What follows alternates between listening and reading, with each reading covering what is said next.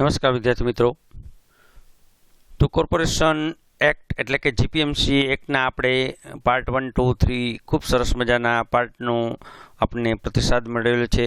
ખૂબ સરસ મજાના વિદ્યાર્થીઓએ એમને જોયો છે, નિહાળ્યો છે અને સરસ મજાની કોમેન્ટ પણ મળેલ છે।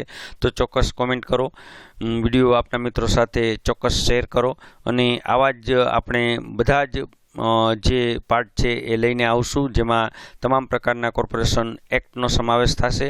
તો ચાલો જોઈએ પાર્ટ 4માં આગળ કેટલાક વન લાઇનર।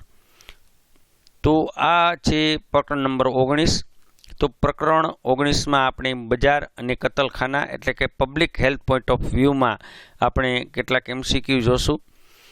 તમને એમ લાગશે કે આ ખૂબ સરળ છે, સિમ્પલ છે, પણ પરીક્ષામાં આપણે આમાંથી ઘણું બધું પૂછાઈ શકે।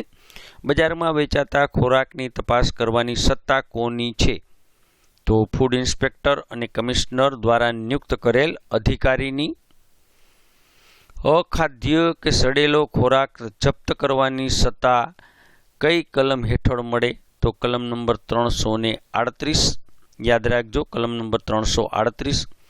શું લાયસન્સ વગર કતલખાનું ચલાવી શકાય? ના, ન ચલાવી શકાય। પશુઓના ડોક્ટર એટલે કે વેટેનરી ડોક્ટર દ્વારા પ્રમાણિત કર્યા વગર માંસનું વેચાણ થઈ શકે? ના, ન થઈ શકે।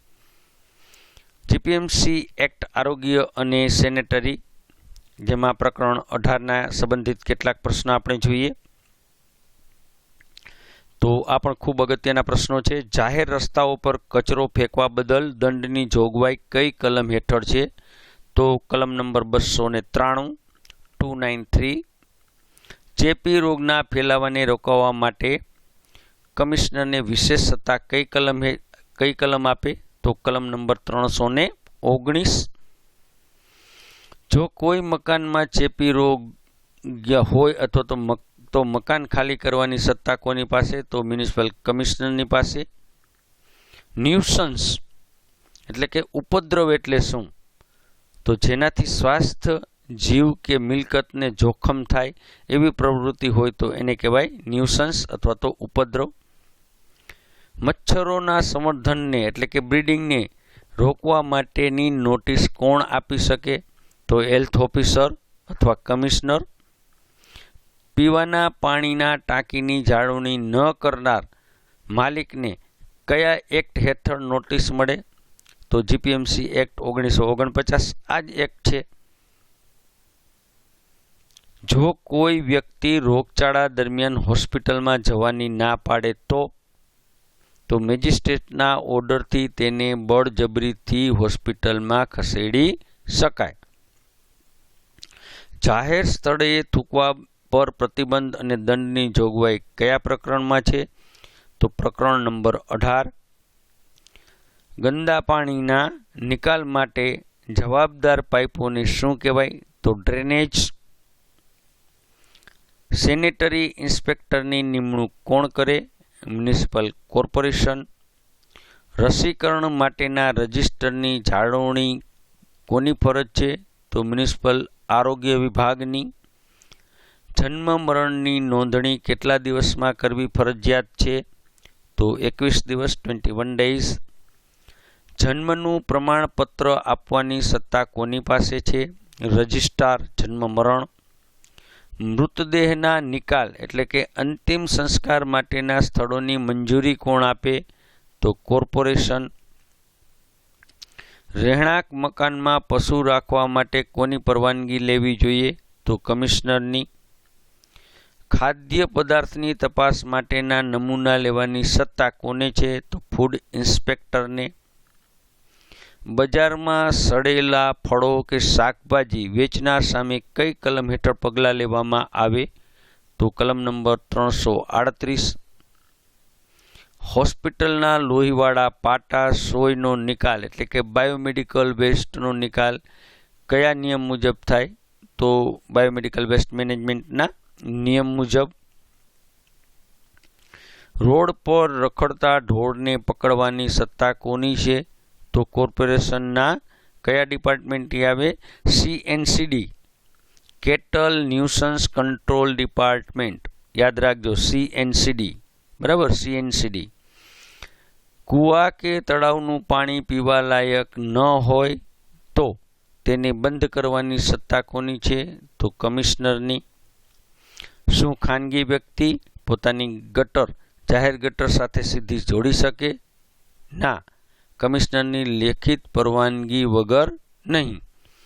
સેનેટરી કન્વર્જન્સી ટેક્સ એટલે કે સફાઈ વેરો કયા પ્રકરણ હેઠળ લેવામાં આવે?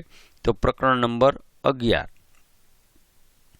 રોગચાળા વખતે રસી લેવાનો ઇનકાર કરનાર સામે કયા એક્ટ મુજબ પગલાં લેવામાં આવે? તો એપિડેમિક ડિઝીઝ એક્ટ અને જીપીએમસી એક્ટ. જાહેર શૌચાલયની સફાઈ માટે કોણ જવાબદાર છે? સેનેટરી સ્ટાફ, જે વોર્ડ લેવલે. હોટેલ કે રેસ્ટોરન્ટને હેલ્થ લાયસન્સ કોણ આપે?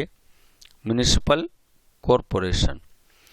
ઝેરી જંતુનાશક દવાઓના છંટકાવની કામગીરી કોણ સંભાળે? મેલેરિયા વિભાગ. વાહકજન્ય રોગો એટલે કે વેક્ટરબોર્ન ડિઝીઝના નિયંત્રણ માટે MPHWની મુખ્ય ભૂમિકા કઈ? તો સર્વેલન્સ અને ફોગિંગ. મરણ નોંધણી માટે કયા પુરાવાની જરૂર પડે છે? તો ડૉક્ટરનું સર્ટિફિકેટ એટલે કે ડેથ સર્ટિફિકેટ અને સ્મશાનની પાવતી. શું કોર્પોરેશન મફત રસીકરણની સેવા આપે છે? હા, મફત અને એ ફરજિયાત સેવા છે. રસ્તા પર ગંદુ પાણી છોડવા બદલ નોટિસ આપવાની સત્તા કોની છે? તો વોર્ડના ઓફિસરની અથવા તો સેનેટરી ઇન્સ્પેક્ટર. હેલ્થ ઓફિસરની લઘુત્તમ લાયકાત શું હોય? તો MBBS પ્લસ DPH એટલે રાજ્ય સરકારના નિયમ મુજબ. કતલખાનામાં પશુઓની તપાસ ક્યારે કરવામાં આવે? તો કતલ કર્યા પહેલા, એન્ટીપોર્ટમ અને પછી પોસ્ટમોર્ટમ. જાહેર નળ એટલે કે પબ્લિક સ્ટેન્ડ પોસ્ટની જાળવણીની જવાબદારી કોની? તો વોટર વર્ક્સ વિભાગની. કોઈ પણ નવી હોસ્પિટલ શરૂ કરતા પહેલા કોનું રજિસ્ટ્રેશન કરવું જરૂરી છે? તો નર્સિંગ હોમ રજિસ્ટ્રેશન કરવું કોર્પોરેશન હેઠળ જરૂરી છે. મ્યુનિસિપલ કમિશનર જાહેર આરોગ્ય માટે કટોકટી ક્યારે જાહેર કરી શકે? જ્યારે રોગચાળો કાબુ બહાર જાય ત્યારે. જન્મ મરણ નોંધણીનું હેડક્વાર્ટર શહેરમાં ક્યાં હોય? તો મુખ્ય કોર્પોરેશન કચેરીએ જ હોય. શાળાના બાળકોના આરોગ્ય તપાસની જવાબદારી કોની? તો સ્કૂલ હેલ્થ પ્રોગ્રામ કોર્પોરેશન હેઠળ. વોટર ટેક્સ અને કન્ઝર્વન્સી ટેક્સમાં શું તફાવત હોય? એક પાણી માટે અને બીજો સફાઈ માટે.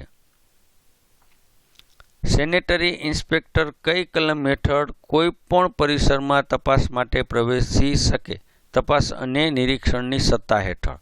તપાસ અને નિરીક્ષણની સત્તા હેઠળ. કચરાપેટી એટલે કે ડસ્ટબિન જાહેર રસ્તા પર મૂકવાની જવાબદારી કોની? તો સોલિડ વેસ્ટ મેનેજમેન્ટ વિભાગની. Door to door garbage collection એ કયા વિભાગનું કામ છે? તો SWM એટલે કે સોલિડ વેસ્ટ મેનેજમેન્ટ. મકાનની અંદર પાણીનો ભરાવો થતો હોય તો કઈ નોટિસ અપાય? Anti larva notice. ખોરાકમાં ભેળસેળ રોકવા માટે કયો કાયદો અમલમાં છે? તો ફેસાઈ જીપીએમસી એક્ટ છે. ફેસાઈ કહેવાય અને એ અંતર્ગત જીપીએમસી એક્ટ. કોર્પોરેશન દ્વારા સંચાલિત મેટર્નિટી હોમ એટલે પ્રસૂતિ ગૃહોનો મુખ્ય હેતુ શું? તો મેટરનલ મોર્ટાલિટી રેટ અને ઇન્ફન્ટ મોર્ટાલિટી રેટ ઘટાડવાનો. બાળ મૃત્યુ દર અને માતા મૃત્યુ દર ઘટાડવાનો. મ્યુનિસિપલ હોસ્પિટલના વડાને શું કહેવાય? Medical superintendent. શું MPHWને દંડ ફટકારવાની સત્તા હોય? હા, જો કમિશનર દ્વારા ડેલિગેશન ઓફ પાવર આપેલ હોય તો. જીપીએમસી એક્ટ મુજબ આરોગ્ય સમિતિની રચના કોણ કરે? જનરલ બોર્ડ અથવા તો કોર્પોરેશન કરે. મિત્રો, તો આ હતા કેટલાક આપણા વનલાઇનર ક્વેશ્ચન અને આવા જ વનલાઇનર ક્વેશ્ચનનો હજી દોર બાકી છે. આપણે 5, 6, 7, 8, 9, 10 એવી રીતે 13 પ્રકરણો કુલ જોવાના છે અને ખૂબ સરસ મજાના તમામ કોર્પોરેશનના પ્રશ્નો, જે પ્રશ્નો ખરેખર પરીક્ષામાં પૂછાઈ શકે તેવા તમામ વનલાઇનરનો સમાવેશ કરવામાં આવેલ છે. તો આપ આપના મિત્રો સાથે વિડીયો ચોક્કસ શેર કરજો.